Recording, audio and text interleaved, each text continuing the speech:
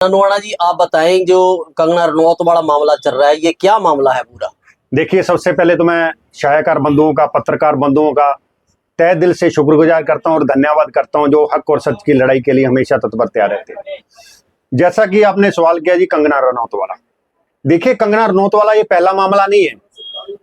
ये काफी बार सिर्फ अपनी पब्लिसिटी के लिए, लोगों को दिखाने के लिए, ये हमेशा ही इसने अब्यूजिंग लैंग्वेज यूज की है। तो जो चंडीगढ़ एयरपोर्ट वाला इंसिडेंट हुआ, आप देखोगे जो कुलविंदर कौर, वो कोई न्यू ज्वाइनिंग नहीं है, 2008 बैच की सीनियर अधिकारी है। वो असल मामले में अगर जाया जाए तो मैं आपको बताना चाहूंगा, वो अपनी ड्यूटी कर रही थी और ड्यूटी के दौरान एयरपोर्ट पे क्या होता है कि हर चीज स्कैन करके जाती है। तो जब कंगना रनौत को कुलविंदर कौर के द्वारा बोला गया कि आप अपना पर्स, अपना मोबाइल इस ट्रे में रख दीजिए कि स्कैन होके आगे चला जाएगा और वहां से आप या आपके अधिकारी जो वहां से उठा लेंगे, तो इसने सरासर मना कर दिया कि ऐसी भाषा यूज की कि मैं अब बोल नहीं सकता। पता नहीं उसको क्या कुछ कहा। आप एक चीज नोट करो कि 2008 बैच का अधिकारी, आज तक कोई किसी भी तरह का उसका कंप्लेंट नहीं है, और कंगना रनौत की तो पता नहीं कितनी का कंप्लेंट है। तो गलत भाषा यूज की और कुछ किसानी को मद्देनजर रखते हुए उसके जहन में एक पीड़ा थी। पीड़ा ये थी कि जब किसानी आंदोलन 13 महीने दिल्ली के बॉर्डरों पे चला, किसान और मजदूर अपनी मांगों को लेकर दिल्ली जा रहे थे, तो सरकार के द्वारा बैरिकेड लगाए गए, बड़ी बड़ी कीलें लगाई गई और 750 हमारे जो किसान है वहां शहीद हो गए जी। तो उसके बाद कंगना रनौत का एक बयान आता है कि जो वहां हमारी माताएं बहनें जो बैठी हैं वो 100 रुपए दिहाड़ी पर बैठी हैं। तो इस चीज की उसके पीड़ा थी और उस पीड़ा के दौरान उसने उसको थप्पड़ मारा।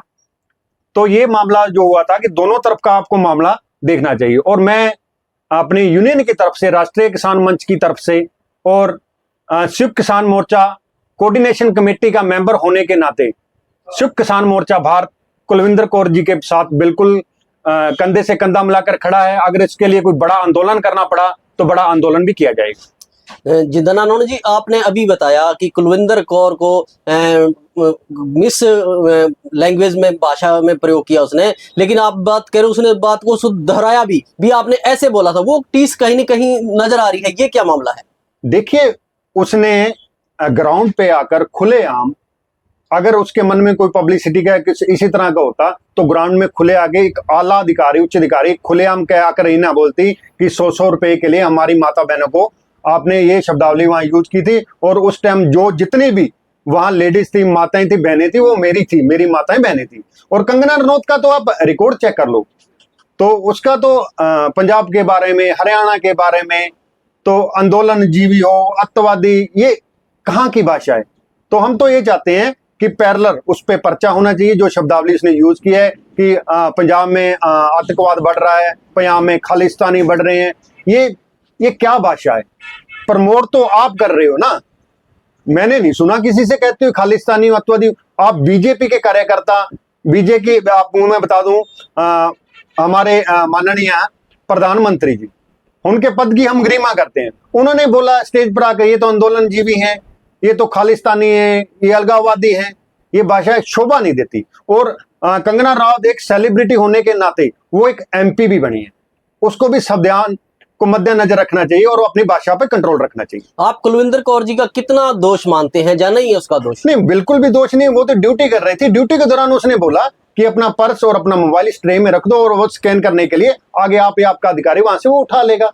तो वो तो अपनी ड्यूटी कर रही थी। उसके ड्यूटी के बावजूद ही बदतमीजी की गई उसके द्वारा, उसे कंगना रनौत के द्वारा। तो कुलविंदर कौर ने बात को दोहराया क्यों? जो पीछे बात हो गई थी, फिर क्यों दोहराया उस बात को? नहीं, देखिए, कहीं ना कहीं मन में पीड़ा होती है, कहीं ना कहीं मन में दर्द होता है।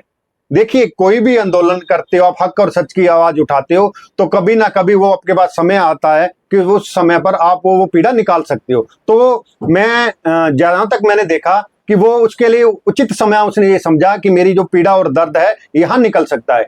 तो इसने तो कंगना रनौत ने तो अपनी पब्लिसिटी के लिए वहां किया था। इतना नहीं कंगना रनौत को पता कि ये उल्टा पड़ जाएगा। तो आज आप प्रेस से रूबरू हैं, तो क्या आपके मन में क्या बात है और क्या न्याय की मांग कर रहे हो आप? देखिए, हम तो चाहते हैं कि पैरेलल कंगना रनौत पे पर्चा दर्ज होना चाहिए। हम कल रानिया शहर में तहसीलदार के माध्यम से राष्ट्रपति को ज्ञापन देंगे कि पूरा संयुक्त मोर्चा अपने कुलविंदर कौर के साथ है और उसके कंधे से कंधा मिलाकर उसकी जो लड़ाई हम लड़ेंगे। क्या एक सांसद को थप्पड़ मारना एक अधिकारी को शोभा देता है? देखिए, मैं आपको बता दूं, बिल्कुल शोभा नहीं देता। मैंने आपको यही कहा कि एक तरफा की बजाय आप दूसरी तरफ का भी देखो ना।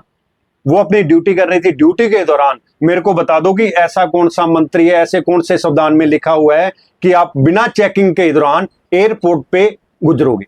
वो तो ड्यूटी कर रही, ड्यूटी करने के बाद जब उसने बोलने के बाद उसने अब्यूजिंग लैंग्वेज यूज की तो उसको गुस्सा, स्वाभाविक गुस्सा ना तो स्वाभाविक है।